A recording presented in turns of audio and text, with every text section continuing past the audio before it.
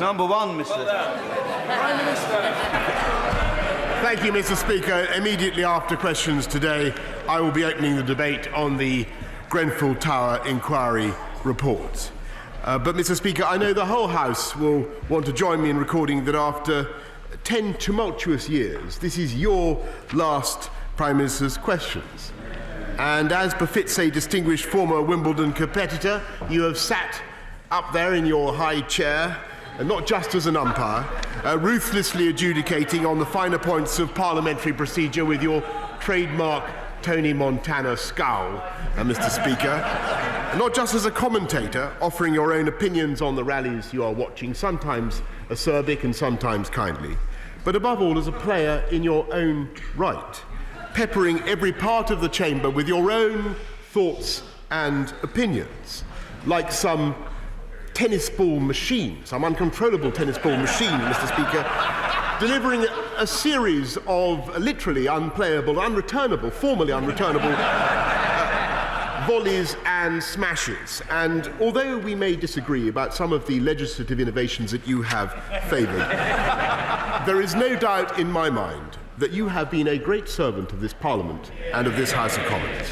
You have modernised, you have widened access, you have cared for the needs of those with disabilities, and you have cared so deeply for the rights of backbenchers that you've done more than anyone since Stephen Hawking to stretch time in this particular session. And as we come to the end of what must be the longest retirement since Frank Sinatra, Mr. Speaker, I'm sure the whole House will want to join me in thanking you and hoping that you enjoy in your retirement the soothing medicament that you have so often prescribed for the rest of us. And I know members from across the House will want to join me in wishing the England rugby team the very best for the final in the World Cup on Saturday. Mr. Speaker, this morning I had meetings with ministerial colleagues and others in addition to my duties in the House, and I shall have further such meetings later today. Dr. Alan Whitehead. Thank you, Mr. Speaker. I would like to fully associate myself with the comments from the Prime Minister about your outstanding service as Speaker, Mr. Speaker, and to wish you a long and successful life after your speakership has come to an end. Labour will be producing a strong offer on the climate emergency and net zero at the forthcoming election, including a full ban on the extraction of fossil fuel by fracking. What chance does the Prime Minister think he has of matching this offer, particularly in light of the news that the Conservative manifesto is going to be written by a lobbyist for the fracking industry?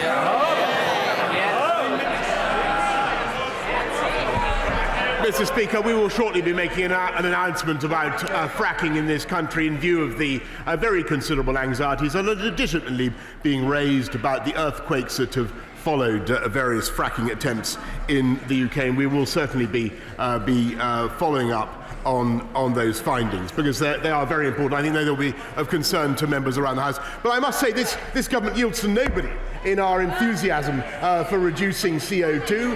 We have cut carbon emissions massively in the UK, and we're the first European country to commit to net zero by 2050. And that is what we are going to do. And we can do it because we believe in a strong, dynamic, robust market economy that is delivering the solutions in clean technology that are deplored by the party opposite. Simon Hall. Thank you, Mr. Speaker. On behalf of these benches, can I first of all wish my right honourable friend the best of good fortune for the 12th of December. Yeah. Whilst we live in a period with some uncertainty, there are 426 people who have thalidomide who very much rely upon the health grant to give them dignity, care and support. That grant comes to an end in a few years' time, Mr. Speaker. As chairman of the APPG for thalidomide, and on behalf of those 426 recipients, could I urge my right honourable friend to end their uncertainty as soon as possible by signalling a renewal of that grant to give them the peace of mind which I hope the whole House would agree they most certainly deserve. Well, I congratulate my honourable friend on everything he does for his constituents and indeed for the thalidomide victims, and I can reassure him that the current health grant, which is indeed, as he rightly says, subject to review in 2023, will be reviewed, and I'm getting the confirmation of that from my right honourable friend, the Health Secretary, and I hope that he will pass those assurances to the thalidomide victims as fast as he can. Jeremy Corbyn. Thank you, Mr. Speaker. Thank you, Mr. Speaker. I hope you will indulge me one moment while I say a word about you. I'm sure you will.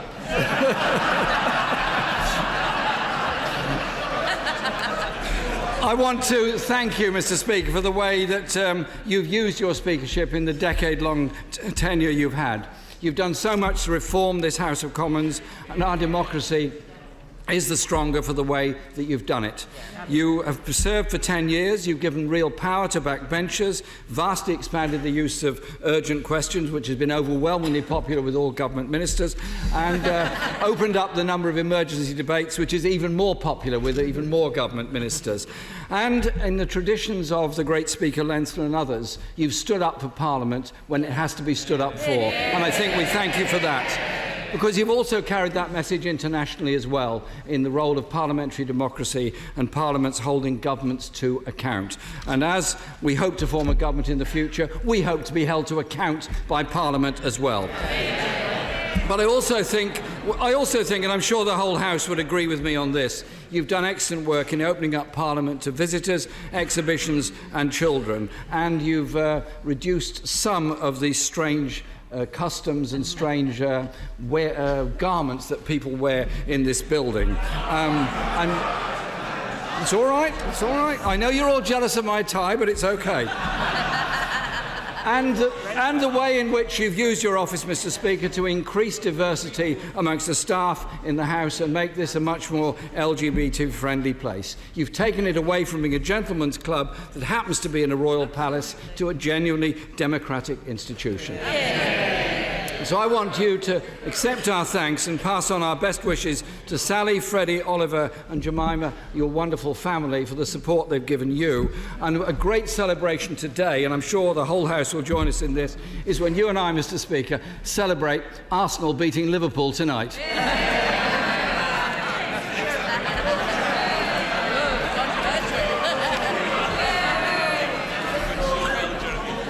The Labour Party loves a debate and loves a bit of banter. Mr. Speaker, the Prime Minister's planned sell-out deal with Donald Trump means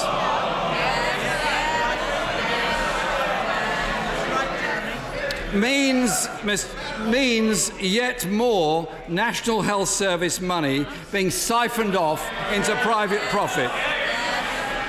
Channel 4 dispatches reported that the cost of drugs and medicines has repeatedly been discussed between US and UK trade representatives. Why did the Prime Minister previously say the health service wasn't on the table in any post-Brexit trade deal? Mr. Speaker, the answer to that is very simple. It's because it is not on the table. And I pay tribute. And by the way, I pay tribute to the officials of the NHS who have just done a brilliant job in reducing the cost of Orkambi so that cystic fibrosis, made in America, by the way, so that cystic fibrosis sufferers in this country get the treatment they need at a cost that is reasonable to the taxpayers of this country. And if he wants to know how the people of this country are able to afford the stupendous investments that we're now making in the NHS, £34 billion, the biggest ever investment in the NHS, 40 new hospitals that we are building as a result of the decisions that we are taking. It is because this is the party that supports wealth creation. And the reason we're able to invest in the NHS, Mr. Speaker, is that for the last 9 years, this economy has been growing. It has grown by 19% since the Conservatives first came into office. And he would ruin this economy and ruin our ability to fund the NHS. And that is the reality.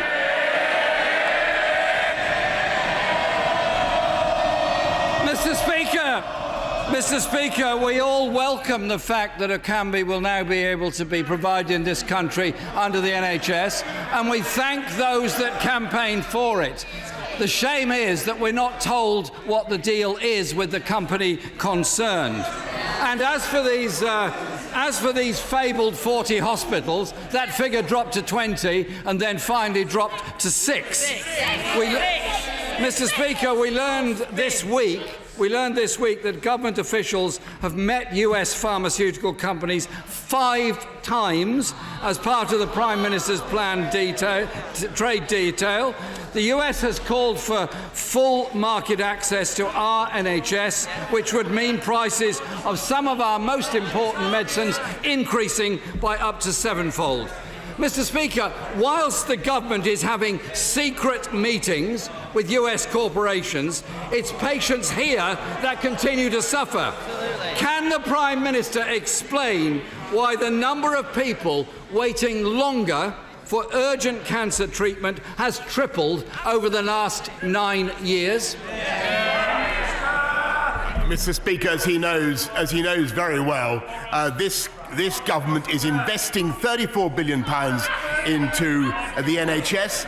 We are seeing improvements in cancer survival rates across the country. We are seeing improvements in cancer survival rates thanks to the investments that this government is making. And I think it absolutely satirical, Mr. Speaker, that he should claim credit for getting Orkambi and other drugs delivered at a reasonable price. That is the work of the UK government. That is the work of the NHS supporting NICE to ensure that people in this country get affordable treatments. And he may not be aware of it, Mr. Speaker, but the Vertex, the company that makes Orkambi, comes from America. Is he seriously suggesting that the NHS should not engage in negotiations to ensure that British patients get the drugs they deserve?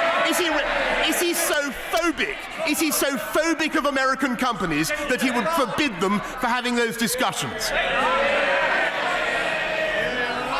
Mr. Speaker, not for the first time, the Prime Minister is talking nonsense. Of course we need to import medicines from various places. I just want it to be done in an open and transparent way. I don't want secret talks between government officials on behalf of ministers with big pharma corporations in the USA.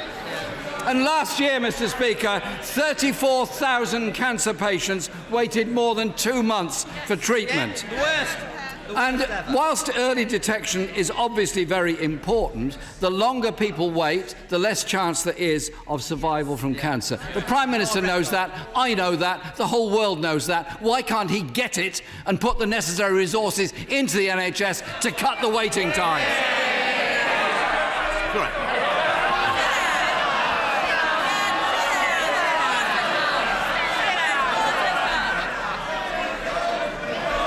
If he could just be patient for 30 seconds.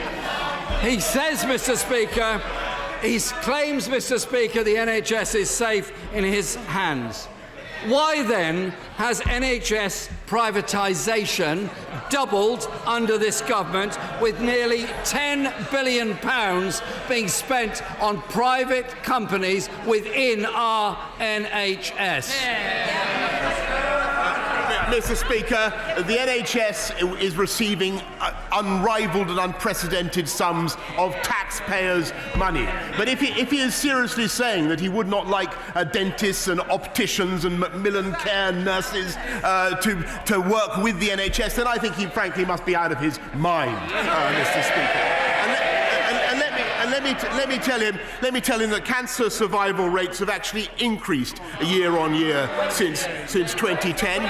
Cancer survival rates have increased, and more and more people are seen within the right waiting time, thanks to the investments that we are making. And I think he should pay tribute to the hard work of NHS staff, and he should recognise and stop talking down their incredible achievements.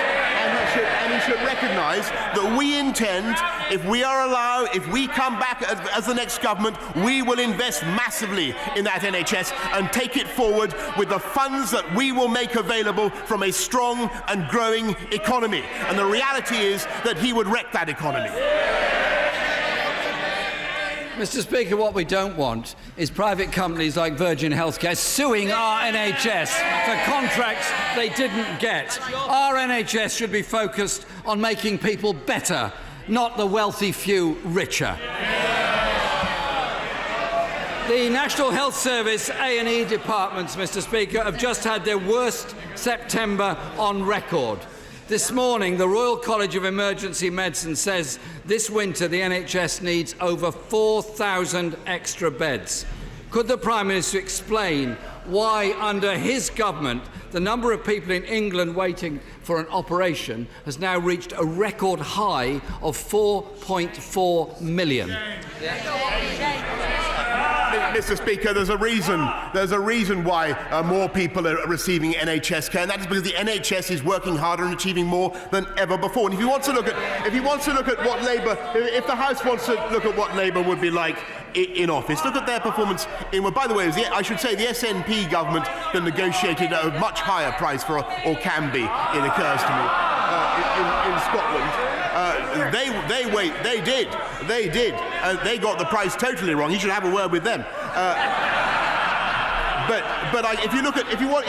If the people of this country want a horrific foretaste of what life would be like under a Labour-run NHS, look at the NHS in Wales, where all health targets are routinely missed. The A&E waiting target hasn't been met since 2008.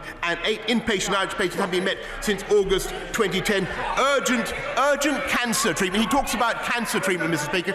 It hasn't been met since June 2008. That is how Labour runs the NHS, Mr. Speaker. Jeremy Corbyn! I'm surprised he can keep a straight face saying that while his government has cut so much from the Welsh Government's budget.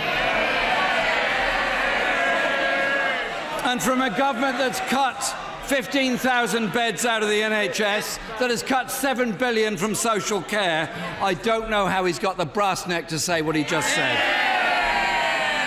The reality is, Mr. Speaker, his words are hollow. Anyone who's tried to get a GP appointment, who sees how overworked our NHS staff are when they visit a hospital, and the stress NHS staff go through when they can't deal with all the patients that are coming in, he needs to think about this. I'll give an example. A lady called Gillian wrote to me this week. Yes, it's a real case of a real person, and I will quote her letter if I may, Mr. Speaker. Gillian says, "My mother died in February as a direct result of the GP shortage in the UK. Her last years were marred by long waits for treatments and for interventions. Whenever she got care, it was given by overstretched but very dedicated people. But it always came after painful and debilitating delays." Why should that happen to Gillian's mum or anybody else's mum? The problem is the shortage of GPs, the shortage of nurses, and the excessive waiting time for people with very difficult conditions and deep pain. They should be sympathised with and supported. Well, Mr. Speaker, I can certainly say that we will deal with his constituent Gillian's concerns, but I can tell him that there are 17,300 more doctors and over 17,000 more nurses on our wards since 2010, and I think, frankly, Mr. Speaker, it is time to differentiate between the politics of protest and the politics of leadership. And he should apologise, Mr. Speaker, for continually striking attitudes that I do not think are in the interest of the... It's all very easy to be an Islingtonian protester and say that you side with Russia over what happened in Salisbury, or to say that you have a £196 billion programme of renationalisation, or continually to flip-flop one way or the other, now leave, now remain, refusing to respect the verdict of the people in the referendum on the EU. Leadership means standing up for the people of this country, standing up for our police, standing up for our NHS, making sure that it gets the funding that it needs, and standing up for our economy and for our wealth creators. And above all, it means getting Brexit done and ending the dither and the delay. The time for protest is over, Mr. Speaker. It's time for leadership, and that is what this government provides. Mr. Speaker, coming from a Prime Minister who withdrew his own bill, it seems a bit odd. My question, Mr. Speaker, was about somebody whose mother had died, and she believes that's because of the shortage of staff within the NHS. I would have hoped the Prime Minister would have tried to show some empathy and answer that question. Because GP numbers are falling, there's 43,000 nurses shortage in the NHS, and it suffered the longest spending squeeze ever in its history. Mr. Speaker, the choice at this election couldn't be clearer.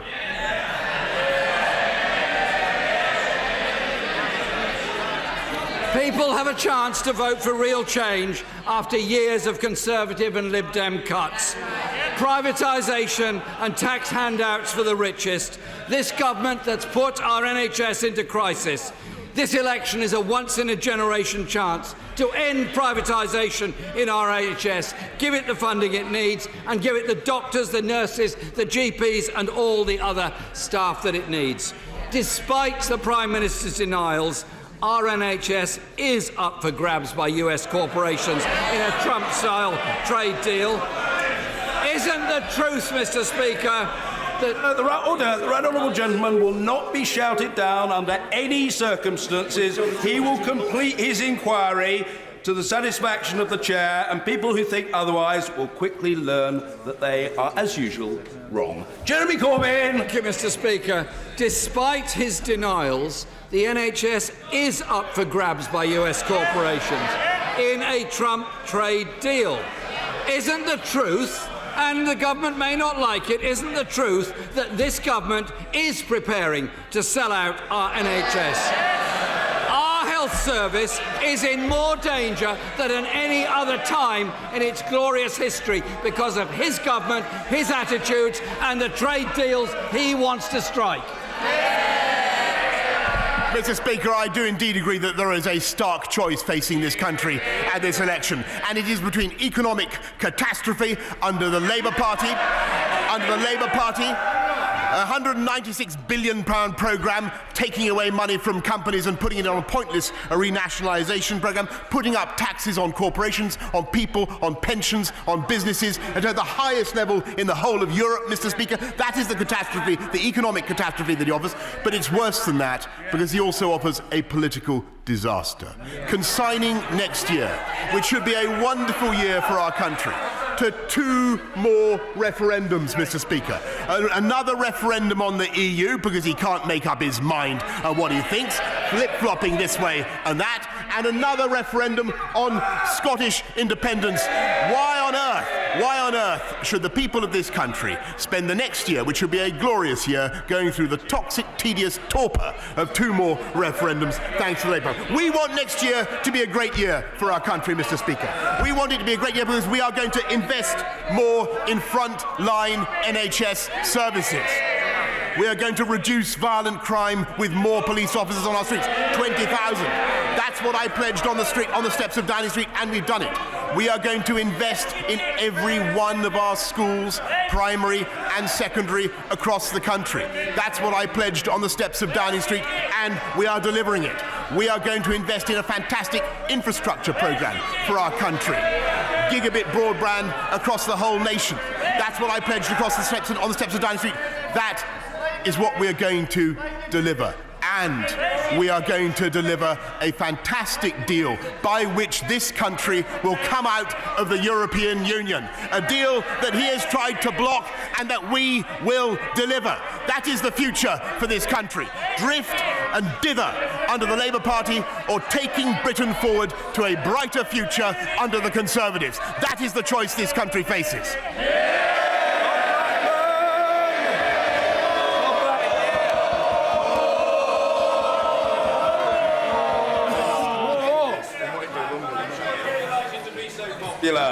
Mr. Blackman. Mr. Speaker, for more than 30 years, the Royal National Orthopaedic Hospital in Stanmore was promised a rebuild. Under a Conservative government, we have the first phase of those medical facilities to match the world-class treatment provided by the medical team there. However, we have two problems. One is that the next phase is caught up in NHS bureaucracy, and sadly, two eminent non-executive directors have been dismissed from the board. Can my right honourable friend sweep away this NHS bureaucracy so we can provide the medical facilities that are required, and also order an investigation as to why the non-executive directors have been removed by the board by NHS London? Mr. Speaker, I congratulate my honourable friend on everything he does to campaign for his constituents, and in particular for his hospital in Stanmore. And I can assure him that we will be making sure that that hospital, along with many others, will be in line for the funding he requires. But may I tell him that on his specific point about the administration of that hospital, I will indeed be asking my right honourable friend, the Health Secretary, to deal with his concerns very speedily. Ian Blackford. Thank you, Mr. Speaker. And can I, on behalf of those of us on these benches, wish you all the best for your impending retirement, and salute you, sir, for the way that you have stood up for the democracy of this House in order that at this time of crisis that we hold the government to account. We trust that you enjoy your many passions in retirement. You'll always be welcome up in Scotland, and if you need to visit a football team as an antidote to Arsenal, you'll always be welcome at Easter Road to see the mighty Hibernian. And let me, Mr. Speaker, wish England all the best for the rugby on Saturday. Mr. Speaker, this Prime Minister's extreme Brexit will take a wrecking ball to the economy and cost Scotland and the United Kingdom up to £70 billion a year. You know, Mr. Speaker, we can talk about the impact of Brexit, and they howl and complain because they know the reality that it's going to damage people's life. Isn't the truth, Prime Minister is willing to throw Scotland under his big red bus to deliver his Brexit, no matter what the cost? Mr. Speaker, as the right honourable gentleman knows very well, the greatest damage that could be done to the Scottish economy would be their reckless plan to break up the union with the UK. 60% of Scotland's business, of Scotland's exports, is with the rest of the UK. They would be throwing away not just the biggest block grant in history that Scotland has received this year, but of course all the benefits of membership of the most successful political partnership in history, from shipbuilding in Govan to the Glasgow Climate Change Summit next year, Mr. Speaker, which will be a glory of our whole United Kingdom, and which is coming to Scotland precisely because Scotland is part of the United Kingdom. And they would throw all that away, Mr. Speaker, with their crackpot plan for borders at Berwick and creating a new Scottish currency, Mr. Speaker, or joining the euro, worse still, going into the European Union, handing back control of Scotland's fisheries, Scotland's spectacular marine wealth, just at the moment that they've been won back by this country, handing back control of those fisheries to Brussels. That's their policy, Mr. Speaker. I look forward to contesting it at the barricades. Ian Blackford. You know, Mr. Speaker, I thought it was Prime Minister's questions, not a rant from the Prime Minister. And I have to say, Order! Mr. Kerr, I'm seriously worried about your condition. Calm yourself, man. Oh, I'm very concerned for you. Calm down. Ian Blackford! Well, I certainly wish Mr Grant all the best for his future, because he's not coming back like so many of the Scottish Conservatives. And, you know, we hear that the Prime Minister's going to be coming up to Scotland in the election campaign. Can I tell the Prime Minister he's welcome, because each time he comes to Scotland he drives SNP supporters. Mr Speaker, Scotland didn't vote for Brexit, and we won't have it forced upon us. Isn't it clear that the Scottish National Party is the only party standing up for Scotland's interests and respecting our democratic decision to remain in the European Union? Mr Speaker, this coming election will be one of the most important in Scotland's history. Only a vote for the SNP can secure the escape route for Scotland away from this Brexit mess, from the chaos of Westminster, the austerity of the Tories, and to protect Scotland's right to choose our own future as an independent country in Europe. Well, Mr. Speaker, I'm sorry if I seem to rant at the right honourable gentleman, but if I may say, Mr. Speaker, well, he does rant quite a lot about independence for Scotland, and he bangs on about it endlessly. Why does he go on about Scottish independence so much? It's because he wants to conceal what the SNP government is actually doing in Scotland, Mr. Speaker, and they are wrecking, and they are diabolical for the Scottish economy. They have the highest taxes in the UK. They're not running either health or education well. That is why they're so monomaniacal about independence and smashing the union, Mr. Speaker. And actually, when I look at the good things that are happening in Scotland, and there are some wonderful things happening, it is very often thanks to Scottish Conservatives who are delivering £200 million, Mr. Speaker, for Scottish farmers, all thanks to the intercessions of Scottish Conservatives, the biggest ever block grant from London to Scotland, Mr. Speaker, and, of course, it is Scottish Conservatives who can be relied upon, unlike any other party in Scotland, unlike Labour, unlike the SNP, to keep the union together, the most successful political partnership in history. The House must calm itself. The truth is that one person's rant is another person's stream of passionate and uninterrupted eloquence. Mr. Nigel Evans. Thank you, Mr. Speaker. As your former Deputy Speaker, can I say that nobody has sat in that chair who has done more to defend and promote the rights of LGBTI people in this country and throughout the world, and when so many people live in fear of being born the way they are. I salute you. Thank you. Prime Minister, the Guardian newspaper last week reported that the largest number of happiest people live in the Ribble Valley. And I believe you have the capacity to make them happier. Will you ensure that of the 153 extra police that are coming to Lancashire, Ribble Valley gets its fair share? That we get our fair share of rural funding for health services like the Sladeburn Health Centre, and we get equal funding per pupil in our schools? And finally, will he ensure that for the 57% who voted Brexit and for the almost 100% who believe in democracy, that after the general election, when he's Prime Minister, he will deliver the Brexit people voted for?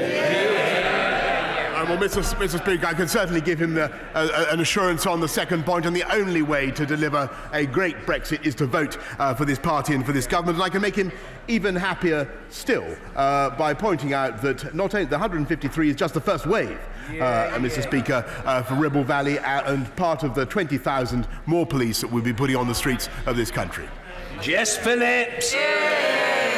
Thank you, Mr. Speaker. I have never known this place without you here, and I think it will be. Well, it's going to be different. It's a delight to see your children here watching today, because I know that while you have a responsibility to Parliament, that you take your responsibilities as a parent incredibly seriously also. And now to the Prime Minister.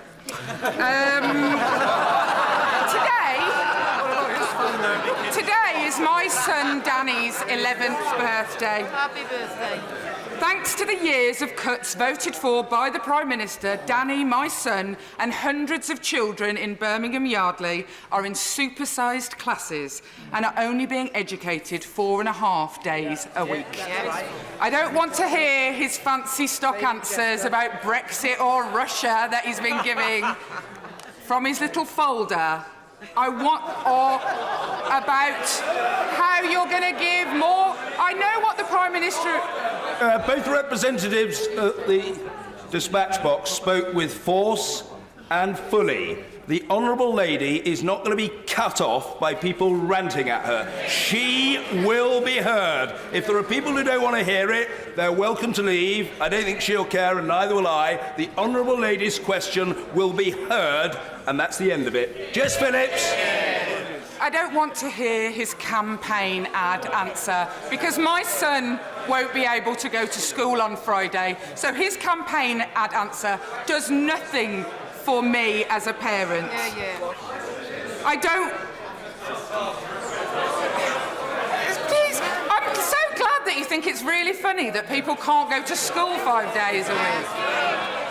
The Prime Minister is responsible for the children in this country, and while he might struggle with that personally, I would like to know, will he today commit that there will be a minimum number of children in every class post the election, and every single child will be able to go to school for 5 days a week? Well, Mr. Speaker, can I first of all wish a very happy birthday to Danny, and I can reassure her that I believe that under this government, under this Conservative government, he will have the best possible chance, not only of having the funding for his school that he needs, because we're investing in every primary and every secondary school in the country, and Mr. Speaker, he will also, as I say, £14 billion to level up funding both in primary and in secondary schools. And, Mr. Speaker, I believe that Danny will have a better chance of a great job under this government, and look at what we've achieved already. Record employment under this government, and a better chance of being able to find eventually his own home. So Danny has a great future under this government, Mr. Speaker, and I hope she'll reassure him on that point. John Lamont. Thank you very much, Mr. Speaker. In Scotland, Nicola Sturgeon and the SNP are letting down our wonderful NHS staff and the patients they look after. Waiting time targets have been missed, capital investment has been slashed, and there's a £1 billion maintenance backlog. Does the Prime Minister agree with me that rather than obsessing about independence referendums, Nicola Sturgeon should end her neglect of Scotland's NHS? Mr. Speaker, I congratulate my honourable friend on everything that he does for his constituency in Berwickshire. He's absolutely right that it is, and that is why, as I said earlier, that is why they rant, to use his own word. That is why they rant so incessantly about independence, because they wish to distract, they wish to dead cat, as the saying goes, from the lamentable failures of the SNP government in Scotland, and he's entirely right. If this goes on, I think that the SNP will forfeit all right to manage the NHS in Scotland. Ronnie Cowan.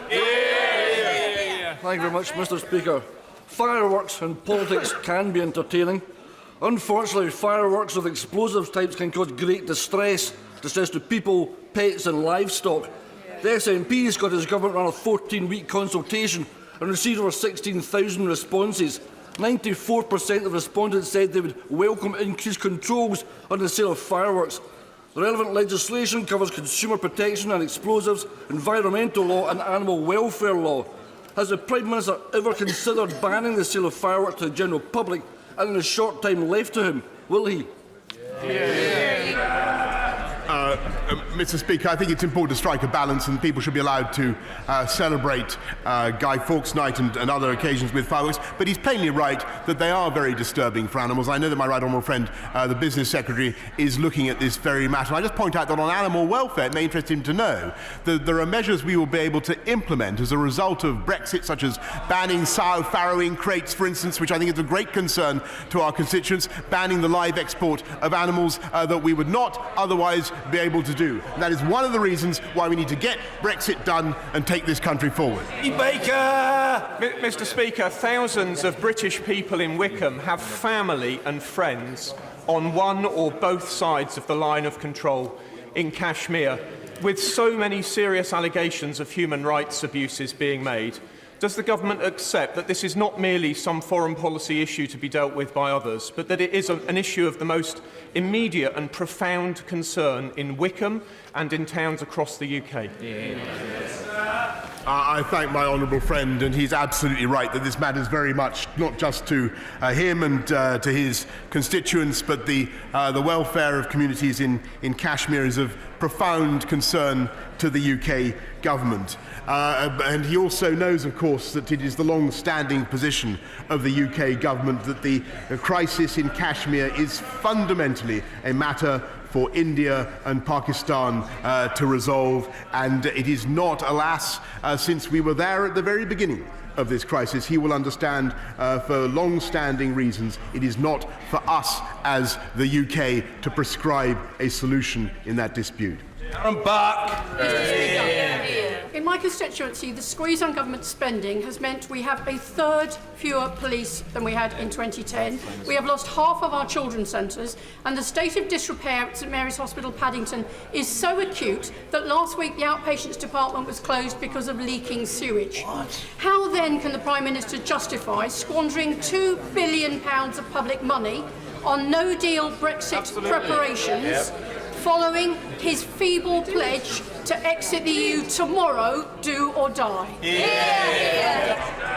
Mr. Speaker, I might ask her how she can justify spending another £1 billion per month by this country on delaying our exit from the European Union, which is what she voted for, Mr. Speaker. And I might remind her that under this government we are spending £225 million more per year on policing in London than there was a case when I was Mayor of London, Mr. Speaker. She might ask her friend, the Mayor of London, what he's doing with that money and why he can't do better, because frankly his record on policing in London is utterly shameful, and she should be holding him to account. William Ragg. Thank you very much, Mr. Speaker. I welcome the significant additional investment in Stockport schools, thanks to the Prime Minister's work. Will my right honourable friend, the Prime Minister, congratulate the excellent schools in my constituency and pledge further resources so that they can continue to deliver an excellent education for our young people? Mr. Speaker, I'd be very happy to congratulate Warren Wood and Norbury Hall Schools, which I believe is the alma mater of my honourable friend, and to confirm what I think he knows and what the whole House knows, that those schools and every other school in the country is getting £14 billion more to level up funding for every pupil in this country. That is possible because of the policies pursued by our one nation Conservative government, and it will be ruined by the Labour opposition. Cunningham. Thank you, Mr. Speaker. Due to health inequalities, men in my Stockton North constituency live an average of 16 years less than in his. So would the Prime Minister agree it's time my area got the new hospital promised 10 years ago but axed by the Tory Lib Dem coalition? Mr. Speaker, I will certainly look at what we can do to ensure that he does get a new hospital in his constituency, but I can tell him that because we have a huge programme now underway, but I can tell him the only way to deliver that investment, £34 billion investment in the NHS, the biggest in modern history, is to ensure that you have a dynamic one nation market economy of the kind that we have. I'm afraid all that his party would do is whack up taxes taxes on business, on companies, in such a way as to destroy the viability of the UK economy. And that's the programme that he supports. Mr. Kenneth Clark!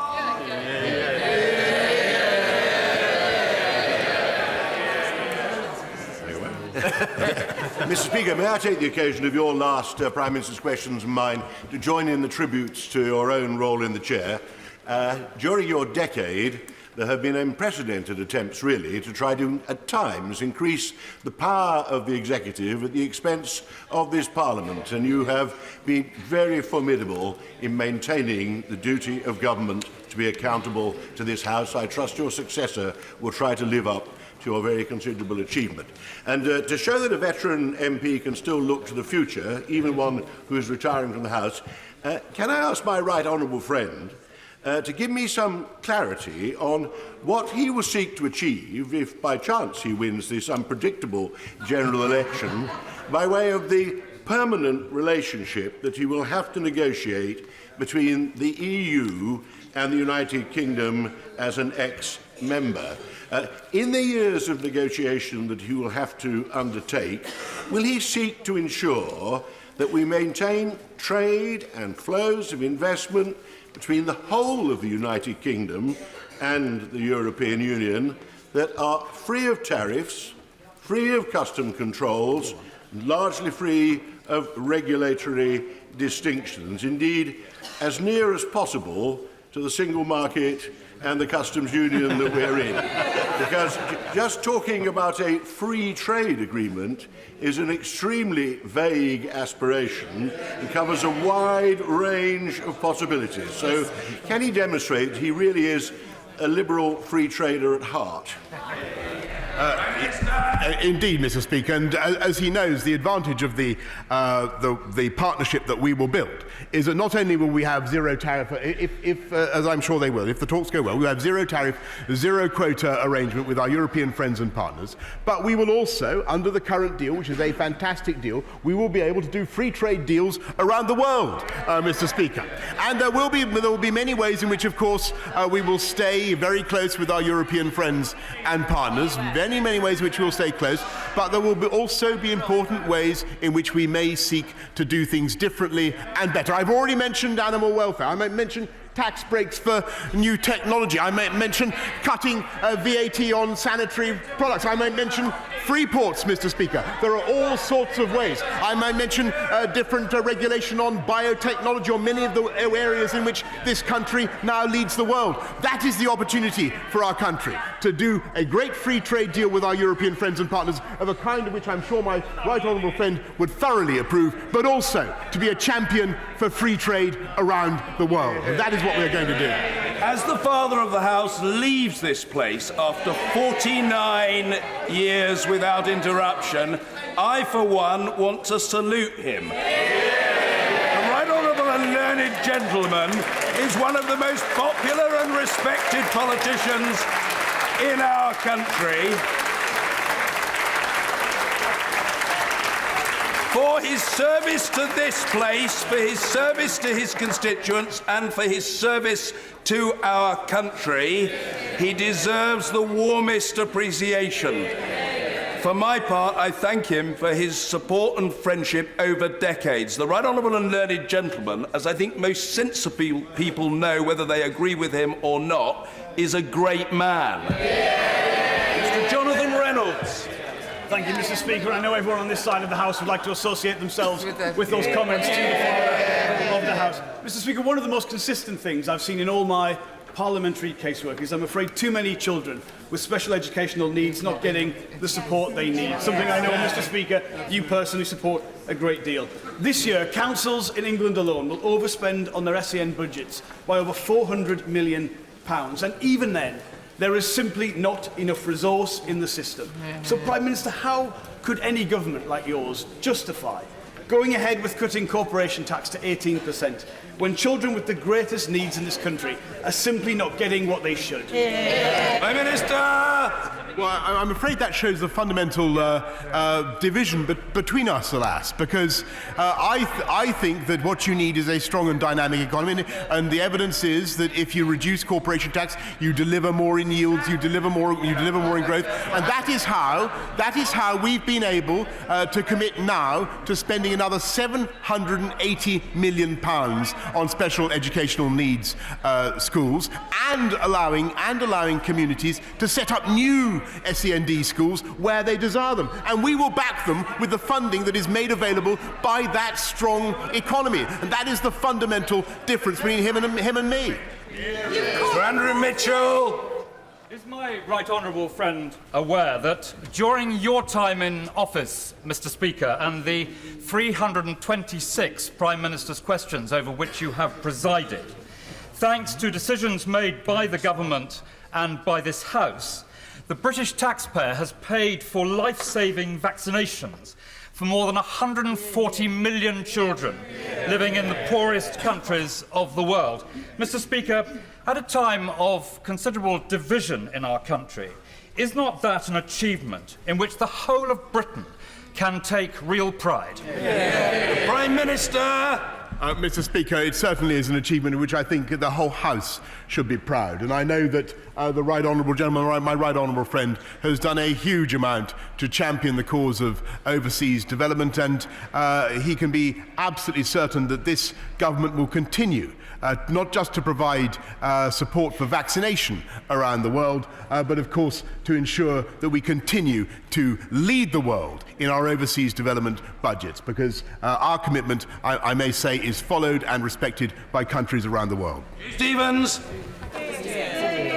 Yesterday, it was reported that a former staff member of the Secretary of State for Wales, Ross England, had, in the words of a trial judge, single-handedly and deliberately sabotaged a rape trial by referring to the victim's sexual history against the judge's instructions. The trial had to be stopped and started again from scratch, and the defendant was convicted. Unbelievably, the party opposite then selected Mr. England as a Welsh Assembly candidate with the Secretary of State's endorsement. Is the Prime Minister going to sack Mr. England? Yes. Prime Minister! Mr. Speaker, it would be inappropriate for me to comment on ongoing legal proceedings. Claire Perry-O'Neill! Thank you very much, Mr. Speaker. It is also in my last Prime Minister's questions, and I would like to follow the comments that have been made about your very strong leadership from that chair, and indeed your kind comments about my good friend, your right honourable member for Ruislip and others.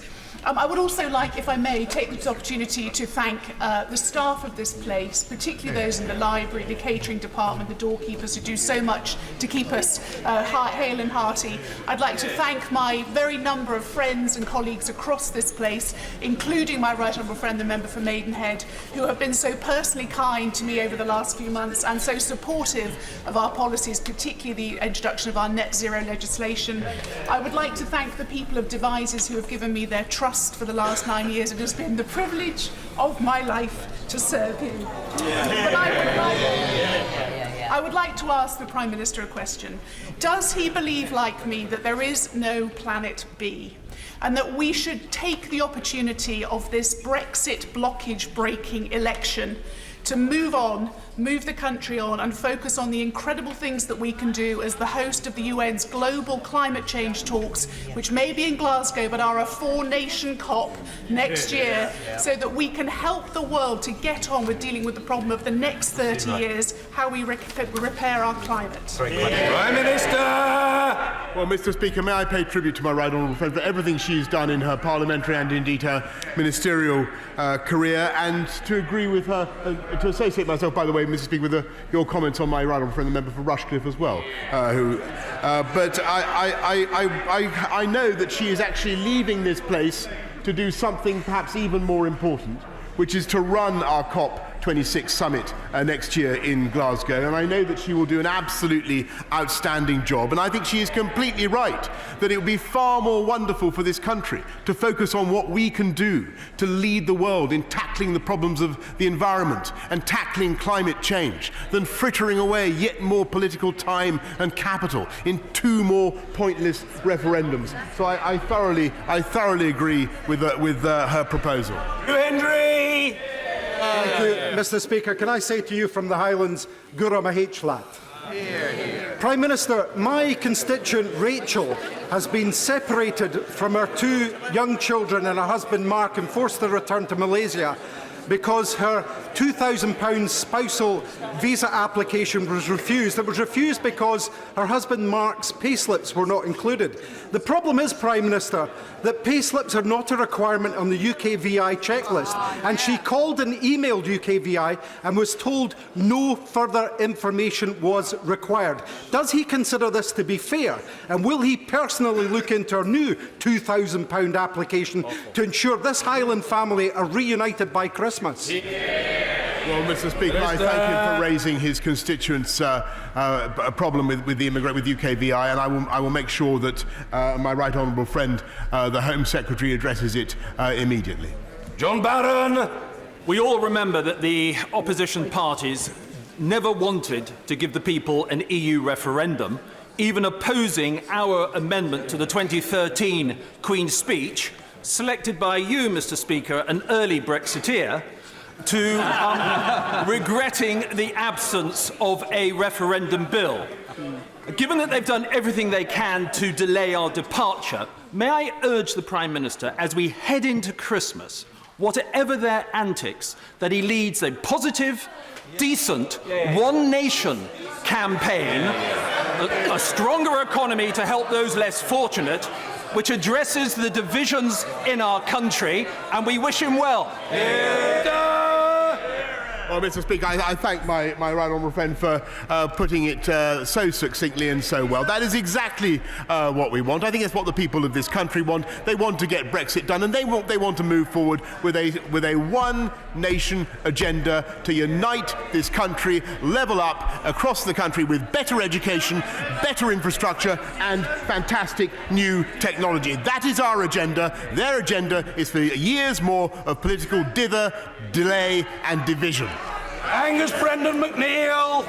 Happily, Mr. Speaker, Angus Kermahich live as well from the Hillingen in year. Mr. Speaker, with Scotland's changing status in Europe since 2014, why will the Prime Minister not agree to a Section 30? Why has he so far refused a Section 30 as a route to enable an independence referendum for Scotland?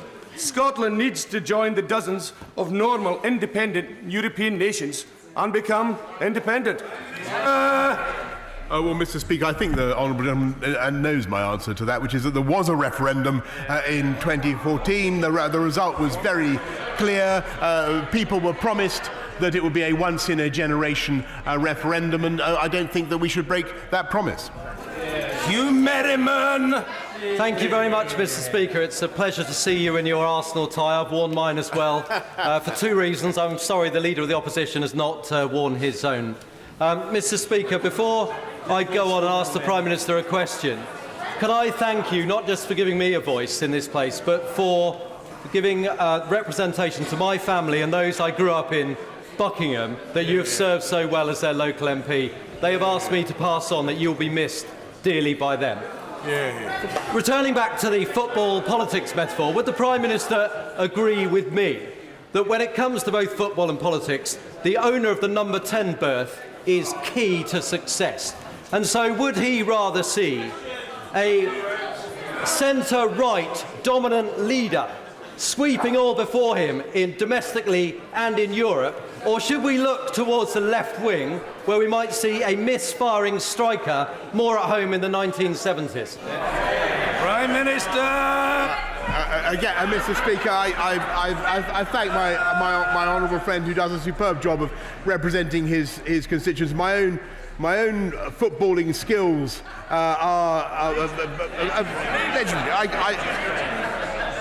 I can do it, Mr. Speaker. I can do it, and I enjoy it. But the most important thing is to have a team that is united and that will deliver a great future for this country. And that is what we offer, Mr. Speaker. And I'm afraid it is in sharp contradistinction from the Labour Party, because last night, I think more than 100 of them couldn't even be bothered to vote for a general election in which they're shortly about to contest. What kind of confidence is that in their leader, Mr. Speaker? Paul Roberts.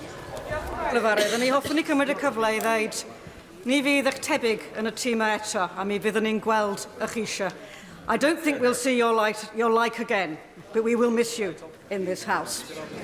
And now, we're coming to the close of 9 years of Tory misrule, misinformation and broken promises. Leading us in this merry dance is the Prime Minister, a lord of misrule at this shambolic Christmas election. But, Mr. Speaker, my party has long been prepared for this election. In Wales, we have a simple choice. We can back our country by voting Plaid Cymru or be let down once again by one of these deeply divided Westminster parties who offer nothing but more Brexit chaos. Will the Prime Minister be honest for once with Wales? There's only one way out of this chaos, isn't there? And that is to remain in the European Union. Prime Minister! Well, I thank the right honourable lady for her beautiful Welsh. I couldn't get all of it, all of the Welsh, but I just remind her the most important thing, the most important point that she might bear in mind is that her constituents, the people of Wales, voted to leave the European Union, and that is what the people of this country voted for. That is what the majority of the constituents of the benches opposite voted for, and it is high time that they honoured that promise. Dr. Caroline Johnson. Thank you, Mr. Speaker.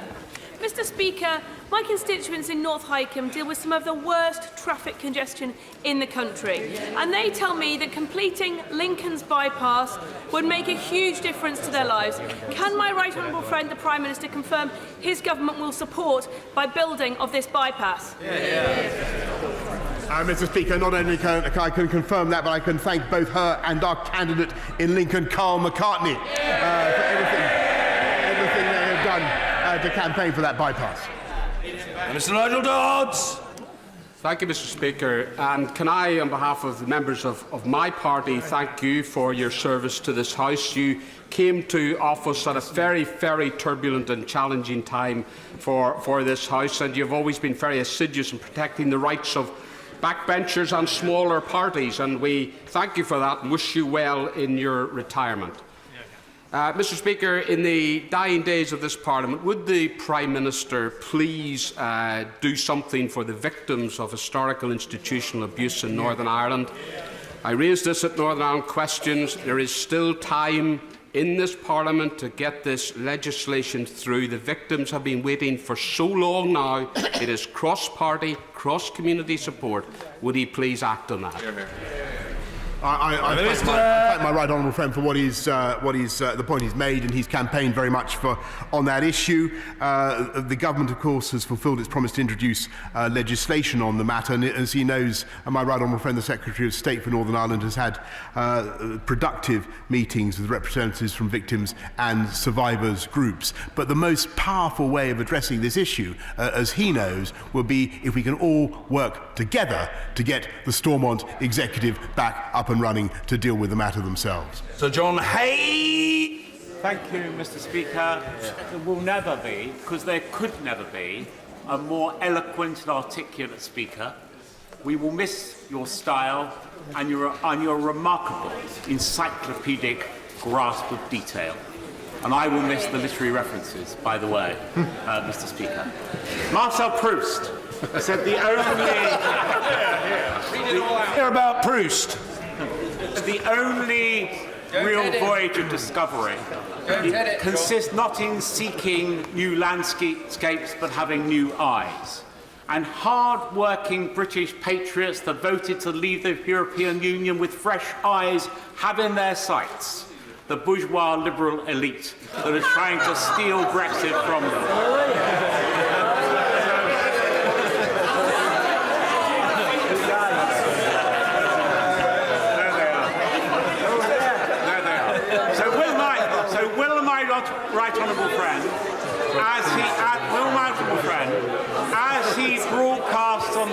Palace and elsewhere, and actually meet people in real life too in the coming days and weeks. Simply evangelise this plain and straightforward message. Back Brexit, back Britain, back Boris. There is only one way to take this country forward, and that is to get Brexit done. And I can tell him he is a doughty campaigner for people in his constituency and across the country. And if our government is returned, as I hope it will be, and I will work very hard to ensure that it is, the people of this country will be seeing record investment in their NHS. They will be seeing improvements in their wages through the biggest expansion of the living wage in memory, and they will be seeing reductions in the cost of living, because it is one nation Conservative policies that can be relied on to take this country forward, and it is that party that would take us backwards. Jay Swinson. Thank you, Mr. Speaker. And from the Liberal Democrat benches, can we wish you well and congratulate you on a decade, particularly as a modernising Speaker. From topicality of debates to promoting diversity within the staff of the House, to reforms to support parents who are MPs, you have helped to drag this institution out of the past so that it can face the future. At this general election, voters deserve better than a choice between the two tired old parties. And in the TV debates, people deserve to hear from a leader who wants to stop Brexit and build a better future. So will the Prime Minister commit today to take part in those three-way debates? Or is he going to run scared of debating a girly swat? Prime Minister! Mr. Speaker, I think what the people of this country want is their promises kept, and I'm not disposed to believe in the promises of the Liberal Democrats when their leaflets in London say they want to revoke the result of the referendum. Their leaflets in the southwest of the country don't mention Brexit at all, Mr. Speaker. That's them. That's the Liberal. What they stand for, that's the bunch of hypocrites, a lot of them. They stand for nothing but a policy of dither and delay and indecision, and to take this country forward with fantastic environmental policies, fantastic policies on education of a kind that I think will appeal to all her constituents. She should join this party, vote for this government, and support us at the general election. Jack LaPresti! Thank you, Mr. Speaker. If I may, could I join with the tributes from across the House to your service and your speakership? Even though our 30-year friendship notwithstanding, I haven't agreed with everything you've done recently, but I've been a big supporter of yours in the chair. You've been a champion of backbenchers, and you've allowed the Chamber to hold the Executive to account and enabled it in a very good way. And can I just say the best of luck and good wishes to you and your family. Thank you. When my right honourable friend was standing for the leadership of our great party, he spoke about ending the witch hunt of our Northern Ireland veterans. Yeah. He said we need to end unfair trials of people who served Queen and country. He said the persecution of veterans facing historical allegations over troubles in Northern Ireland has got to stop. Now, given that there was nothing in the Queen's speech, can he give a clear manifesto undertaking that if he's re-elected as Prime Minister with a Conservative government, he will bring forward legislation as quickly as possible to end this awful injustice? Yes, Mr. Speaker, and I thank my honourable friend for everything he has done to campaign on that issue. As he knows, the consultation on the new legislation was only concluded a few days ago, and I can certainly give him the reassurance that we will be bringing forward legislation to ensure that there are no unfair prosecutions of people who served this country faithfully and well when there is no new evidence being provided. The Prime Minister said at the start that I had demonstrated that I was stretching time, and I wouldn't want to disappoint him. Two final contributions from colleagues who I know are leaving the House. Mr. Ronnie Campbell. Thank you, Mr. Speaker. Mr. Speaker, I've been in this Parliament for 32 years, and I've seen many speakers in the chair, and I must say, you've been the best. And as we say in the North East, I'm not quite good up in the language of the Welsh, but you're a canny laddie. And can I ask the Prime Minister, The WASPy women were given a bad deal in their pensions. Can the Prime Minister, or has the Prime Minister, got any plans to put that wrong right? Prime Minister. Well, first of all, Mr. Speaker, can I pay tribute also to the honourable gentleman as he leaves this House, and indeed again repeat my congratulations to all honourable members who are standing down on the service they have given. On the specific issue that he raises of the WASPy women, as he knows, it is a very difficult issue and very highly emotionally charged. We have done our best to try to satisfy that group, and another £1 billion has, I think, been allocated to the support of WASPy pensioners. But I would just remind honourable members opposite who are chuntering at me that under the Labour Party, I seem to remember that female pensions went up by 75p. That was their approach to pensions rights for women. We are, and Mr. Speaker, we are indeed looking at what more we can do to satisfy that issue, but it is, as he knows, a very difficult issue. Mr. Richard Benyon. Thank you, Mr. Speaker. Can I wish you well, and can I add to the plaudits that have been made to you by thanking you for the way you've represented my father's old constituents in Buckingham. I know you've been assiduous in that. Many years ago, the Prime Minister was campaigning in Newbury to help get me elected. And he was asked by the Newbury Weekly News whether there was any chance of him becoming Prime Minister. And he said he thought there was more chance of being decapitated by a frisbee. Can I say that I take great delight, and will continue to take great delight, that he has defied those odds. If he can commit to me here today to continue this country's bold ambition on ocean conservation, where we are a world leader. Prime Minister.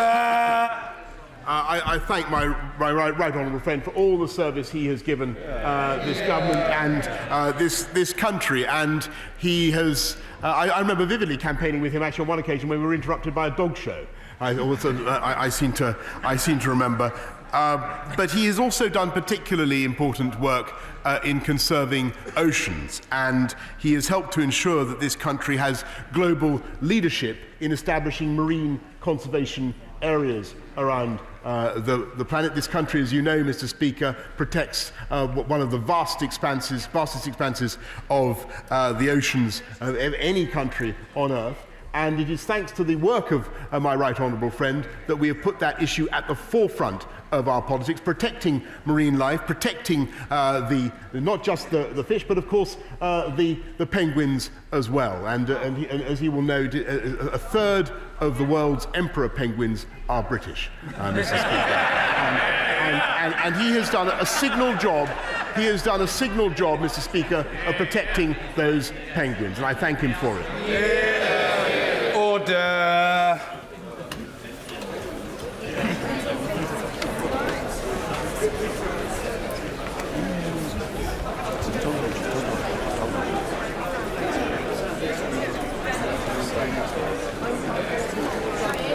Order. Just before